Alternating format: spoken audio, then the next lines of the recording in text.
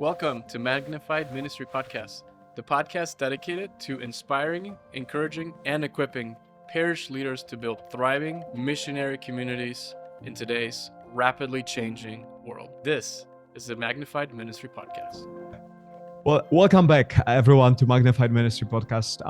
Marco's not with me. He has to work. That's life of a busy father. But nevertheless, I have a great guest, and we didn't want to miss this opportunity to talk to Stephen Foster. Stephen is an Anglican priest. He works in Oxford, and he's just a really exceptional church leader. I cannot tell you how much I've learned from him, and just listening to him enabled me to think differently about what we do here at Saint Clement and how we help other parishes to engage in this. So, Stephen, what a blessing to have you with us. It's wonderful to be with you, Father Peter. Really, really excited for our conversation. Would you tell us a bit about just your story, right? I think God is always in the stories. Would you mind to just kind of tell people a bit about you? Of course. So I was born and raised just north of London in a beautiful town called Luton, quite a rough town. And at the age of 18, I came to Oxford here to study law. And I wanted to be a lawyer. And I was very excited about being a lawyer. And I actually worked as a criminal defense lawyer in London for a number of years, representing people accused of crimes and in the criminal courts, and loved that. And was heavily involved in churches at the same time as doing that. And then after a number of years, I felt God nudge me and say, I know you'll love what you're doing, but I made you to, started preaching, I made you to do this. And so I went on this journey of exploring and ended up retraining as a priest in the Church of England, a church leader in the Church of England. And then had an amazing time at Holy Trinity Brompton in the heart of London, where we lived for many years, and was doing all sorts there, Alpha there, and discipleship and preaching pastor, and helping to run Alpha at HTB and across the UK. And then and absolutely loved it, and still work very closely with Alpha. And then about 4 years ago, we felt this call to come and lead a church in central Oxford. So there's been Christian worship on our site for over 1,000 years. Wow. And they built a church, and then a couple of centuries later, they built a university around the church, which is Oxford University. And so we always say, we were here first. So if our services are too noisy, or the people leaving make too much trouble, we always say, you decided to be next to a church that have been here already. And so, and that's an amazing church. It's seen lots of people come to faith over the years. It's been a real hub of salvation and leadership development for many centuries, actually. And some of the proponents of the revival and the Great Awakening we saw on the eastern seaboard of the US and in the UK and the Caribbean and Northern Europe came to faith, actually, in our church and around our church. And so it's a privilege to come here. And since we've come, it's been a really exciting few years, seeing lots of young adults, students, youth come to faith, and it's exciting to see what God is doing. Wow, that's powerful. So I recall there was a number of years ago. I think it was slightly right after COVID, when one of the times when you were speaking at HTB, and I was listening to you, and you kind of talk about this movement, right, from post-Christian to pre-Christian, and the opportunities that it brings. And I remember that truly was a life-changing experience for me personally, because I thought, okay, is God doing something indeed different in the church? And is there a new opportunity? Can you talk a little bit about those shifts, from post-Christian to pre-Christian, and what you started seeing that you kind of noticed and named, and what consequences of it you've seen? Yeah, it's so interesting. So I find this fascinating, because for years in the UK, we've been in what might be described as a post-Christian context. So generally speaking, in a post-Christian context, people are inoculated with enough of the gospel in childhood or through the culture to be immunized to its power, but not with so much of the gospel that they're captivated by its beauty. So you have whole generations of people who are basically inoculated against the gospel. And so what you see in a post-Christian context is people are convinced that the gospel isn't true, that it's irrelevant, it's not beautiful, and it's not good. So you have a lot of deconstruction, a lot of people rejecting the faith of their parents, churches, generally speaking, diminishing returns year on year on year. Priests feel like they're managing decline. And, governing boards say to priests, why isn't it like it was in the 60s or the 70s? Sure. Why have we got these empty pews? And there are success stories. And I know that all the exciting stuff that's happening in Chicago, there are success stories, but it feels like the success stories are against the tide. Like the tide is going out. And as the tide goes out, there are success stories, but it's hard work. And lots of leaders get their hearts broken in a post-Christian context because it just feels hard. Yeah. And the gains are hard won. And we had been in that context in London for many years. And Alpha was forged in a post-Christian context, helping people to explore faith, even when they might have walked away from it. And so we still saw lots of people coming to faith, but something shifted for me in about 2019, where I found that people coming on Alpha often didn't even really know why they were there. So one guy in my Alpha small group said to me, I said, how'd you come to be here? He said, I don't know. And I said, what do you mean you don't know? You must have been invited by someone. Yeah. Is it your friend? No, none of my friends are Christians. Oh, what about a family member? No. What about an auntie or an uncle? No. What about a colleague? No, none of my colleagues go to church. Turns out this guy was 27 years old. He'd never knowingly met a Christian. Wow. And if you're negatively or pessimist by nature, you would think this is a disaster, the end of the Christian nation, is all downhill from here on in. I got really excited by that because I thought, here's a person whose whole friendship group is previously unexposed to the gospel. And one of my convictions is the gospel has a viral quality. Now, it's not a virus, but it has a viral quality. And that's what you see in Acts and other contexts. So in a pagan or a pre-Christian context, the gospel can go viral very quickly because it's new, it's fresh snow. And so we've seen lots and lots of people turn up at church, and this is now happening across the UK in different contexts and in different ways. But we saw it really early and to a significant extent that we would have people in their teens, young adults, 18 to 21-year-olds, and young professionals just turning up at church. And they often wouldn't even know why they were there. I just felt a nudge to come to church, or I've just started reading the Bible. I just felt a nudge to read the Bible. I ordered a Bible on Amazon, or I've just heard about Jesus. I don't know much about him, want to find out more. So just almost zero knowledge or awareness, but this kind of openness to faith and spirituality, turning up and hearing the gospel for the very first time, and it landing in a completely different way. And that's been a really striking thing. And then what we've seen is in that context, what I would say is we've seen a number of sudden, surprising, significant, supernatural, and sustained salvations.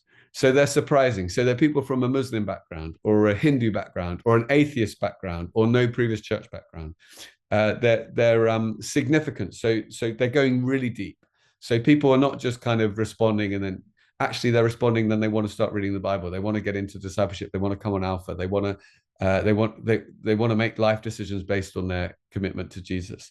They're surprising. They're significant. Often they're supernatural. So people might have had dreams or visions or just impressions that they should come to church. We had a young woman turn up at church a couple of months ago, 19 years old, no previous experience of church. And she walked in and someone said, how'd you come to be here? And she said, well, it's funny. I'd started exploring spirituality, started exploring like new age stuff, no previous church going or Christian experience. And it was a bit dark. And she said, I'm not encouraging this, but she said, I was smoking cannabis and I felt God speak to me. And you would think, oh, you're on cannabis, but this is what she said. She said, God spoke to me and he said, I'm the God you're looking for. And my name is the Father of Jesus Christ. Wow. And I want to meet you and you should come to church. Now, your church is much more theologically educated than mine, I'm sure, Father Peter. But if you asked your church, what's the name of God? Now, they might come up with lots of answers. They might say it's Yahweh or this, Sure. or, wonderful counselor, mighty God, everlasting Father, Prince of Peace, lots of names. But very people would say the name of God is the Father of Jesus Christ. But that's a deeply theological, a deeply Trinitarian, and a Yeah. deeply biblical way of articulating God's name. And yet it comes to a girl with no previous experience of church, never been in a church building before, not a Christian, and who's never read the Bible. Wow. So she turns up with this deep revelation Yeah. of how relationship is at the heart of the identity and character of God, and becomes a Christian. And we baptized her just a few weeks ago. And then she's brought friends, and so it's supernatural and it's sustained. So we've got people who have come to faith in the last few years who are now key leaders within our church. They've brought other people to faith, and it's not just a flash in the pan. So that it does feel in this pre-Christian context, things can go viral very quickly. Salvations can be really significant, and there are lots of surprises. And so I would say be open to how this pre-Christian kind of context might be emerging in surprising ways in your cities and towns and villages. That's it's interesting because again, I've been thinking about for us in a Catholic church, something that clearly pointed us out in different direction was the document that Pope Francis wrote called "The Joy of the Gospel," and it's a beautiful piece of writing. But I think that was the whole kind of foundation of his papers. And he says, I dream of missionary option that transforms all the church's customs and ways of doing things. So everything is aligned with the call of the gospel to bring people into relationship with Jesus. And in many ways, I think he kind of said, well, you got to pay attention. And what you are talking about, Russ, is paying attention and kind of figure out that people might come from a very different perspectives. What we see, I think, are two significant changes or things that I've not seen with previous generations. One is they jump with 2 feet. Yes, so like, especially in a Catholic church, right? People would say, oh, I like the church's stance on immigrants, but I'm pro-choice, or I love what the church teaches on this, but I really am not into that. And so there's this kind of choosing and picking what I like. So it tells you basically, right, they're still on the journey of conversion, of understanding what does it mean to be a follower of Christ. But with Gen Zs, you give them a bit, they kind of start to get to know Christ, and they're just all in it. Especially Gen Z men. I mean, it's both, but the men, especially here at Clement, what we see is they just come. They come with a lot of questions. I was recently telling someone, I had 2 conversations. I was celebrating our 11:15 mass, which is kind of a high-end mass with big choir and incense and all that stuff. And it's a beautiful mass. It's not my favorite. I prefer praise and worship style, but it's packed with young people. And as I was celebrating that mass, I clearly heard the voice of God saying to me, before you go today, I'll bring 2 people that will be looking for me. And surely enough, I finished the mass. I was on my way out, and the first person walks in. It was a guy with his dad. And he said, I asked them, do you need anything? And the guy says, I've just moved here from Texas. This is my dad. He helps me to move, and I want to become Catholic. I'm like, wait, well, okay, like any context? And he's like, well, I've done some research and I came to faith about 2 years ago, and now this is what I want to do. And surely enough, he did, right, in 6 months. And so I gave him the contact information of the right person. We had a nice chat, and I just left the church, and I was on the steps going home, and there was this other guy coming, and I said, can I help you? And he said, can I go into the church? And again, because they come from pre-Christian world, they've never been to church. So he says, I don't know, can I physically am I welcome to go? I'm like, sure, be my guest. I'm going home, but you go.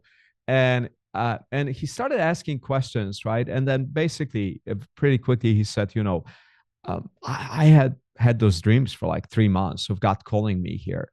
And like, here I am. I don't know why I resisted, but I think I must do that.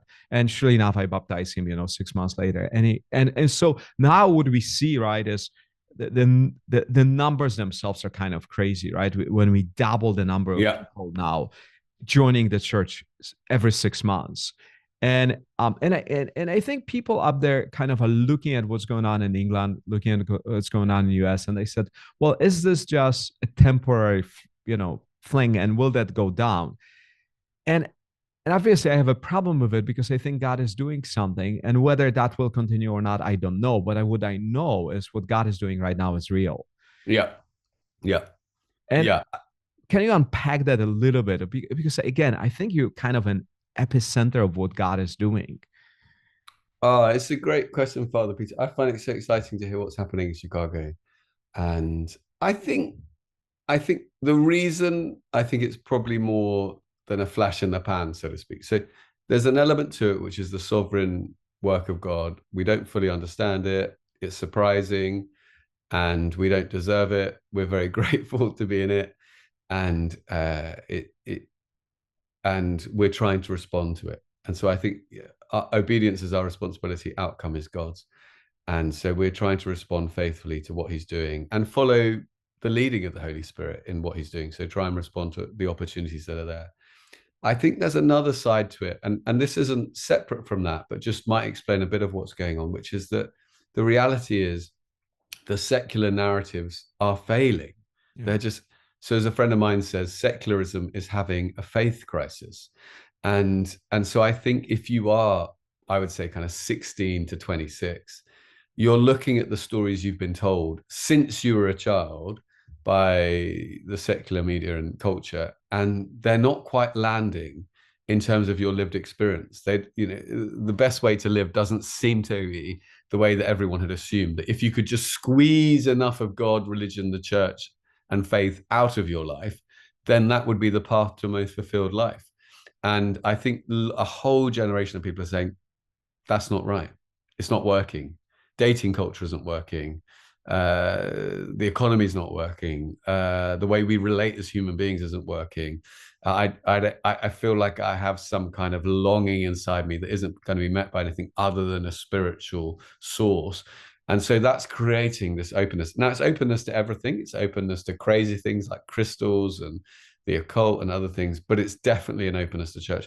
So I would say to church leaders and priests, I'd say you don't underestimate the real crisis that is there in terms of the rising generation. And because of that, their openness. And we know that, when people have gone through a challenging season, that's often one of the cracks in the door that opens them up to faith. And that's not a bad thing. That's the reality. But also because we wouldn't be surprised by that anyway, because we would say, well, if it's true, then you would expect it to be difficult to live a life without God.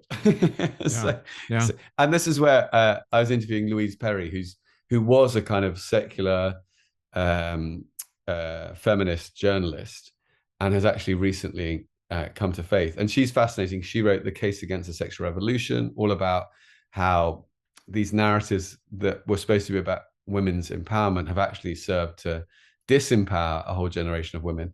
And one of the things she discovered as she looked at the sociological research around how to live a fulfilled life was that probably the best way to do that was by being a person of faith and becoming a Christian. So she would say she came to the conclusion from the sociological evidence that that Christianity is kind of sociologically true, but she just wasn't sure if it was supernaturally true. But then she realized actually the fact it's sociologically true is probably evidence that it's supernaturally true, or at least if it was supernaturally true, you'd expect it to be sociologically true. So I think she speaks for a whole generation of people who are basically saying, yeah, this isn't quite working, and therefore church is having a resurgence as people are looking for other ways to find a fulfilled life.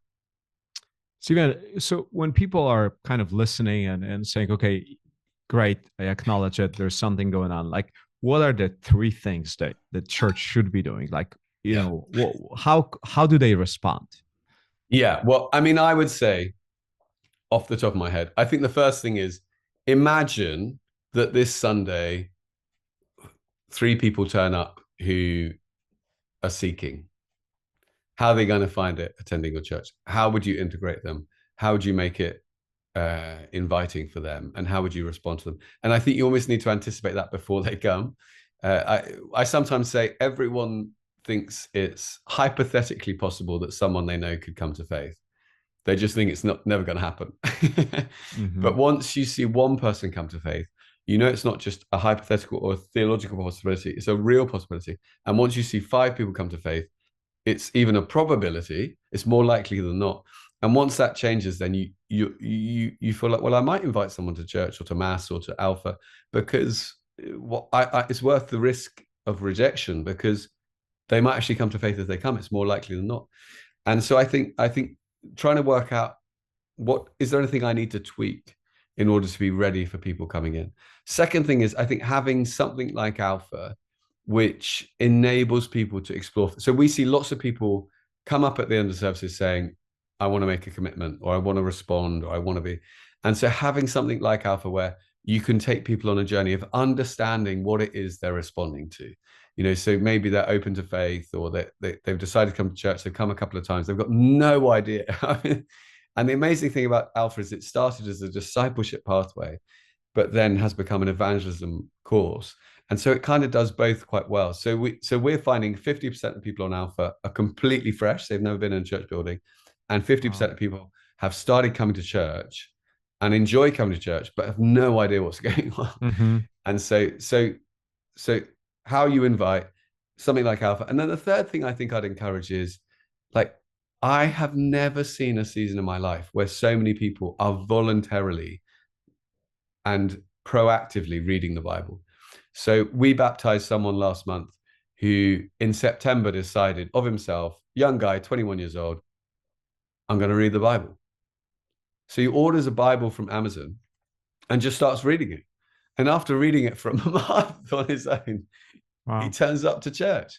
And I was hearing a story yesterday about someone in just a very normal parish church, who someone turned up at their church and they'd read the Bible from Genesis to Revelation on their own, not understanding any of it, and then turned up to church. So we are being attentive to people, we're giving away more Bibles than ever before. We've given away over 1,000 Bibles to people who have attended our church. And we've said, I often say at the end of services, if you're here and you've never looked at the eyewitness evidence for the life, the death, and the resurrection of Jesus, so a gospel, but I call it the eyewitness evidence for the life, death, I'd really encourage you to do that this week. And if you don't have a Bible, it'd be our gift to you. We'll give you a Bible, come up at the end of the service, and I give away loads of Bibles every week. And they're people who are fresh, they're new to church, they have no idea what's going on. And then I'll say to them something like, well, if they're students, I'll say, what are you studying? So if it's medicine or law, I'll say, read Luke. if they're reading philosophy or English, I'll say, read John's Gospel. Have you not read it? It's a disgrace you haven't read John and you're reading philosophy or English. It's the greatest text ever written. If they're historian, I'll say read Matthew. And if they are doing sports science, I'll say read Mark. I love that. It's great. That's a good tip for us. And one thing that you named, which I think, again, it's so important, it can get very much unnoticed. Like what you said about people after services stopping by and saying, I'm ready for the next step. How do you, in a way you lead the services, how do you invite people into it? Because I think in the Catholic context, that's a great opportunity, but also a great miss. Like we do a lot of announcements at the end of the Mass, but they all have to do with us, with what we want for people versus what acknowledging that maybe there's a movement of God in their hearts. And now we have to respond to that movement. Would you just give us a bit of insight? Like, so what would that practically look like? Well, two things. So I think the first thing is in our language, and I know obviously if you have a set Mass, the language is set, but there's always introductions and there's always things at the end. So in that language, you can be very, what you might call intramuros, within the walls. We are the people of God, defined. Or you can be extramuros, like without the walls. And you can acknowledge, and all it takes is an acknowledgement, which is to say, you might be here and it's your first time in church today. And some of the parts of the service that are coming up might feel unusual. but give it a go. And it's amazing how quickly it catches on. That one line lets everyone in the building know. It lets the guests know you're not surprised they're there. Yeah. And it's normal. It's a normal thing for our church. It's brilliant. To have people who are exploring faith. So the guest thinks, oh, they're not surprised I'm here. And it's okay to be here. And if I fumble over the words or I move in the wrong direction to receive or whatever it is, that's okay. And even, we say we welcome everyone who knows and loves the Lord Jesus to come and receive communion. But if for whatever reason you'd prefer to have a blessing, we'd be delighted to give you a blessing. So even that, it's an acknowledgement. We know there are people here who haven't yet become Christians. That's okay.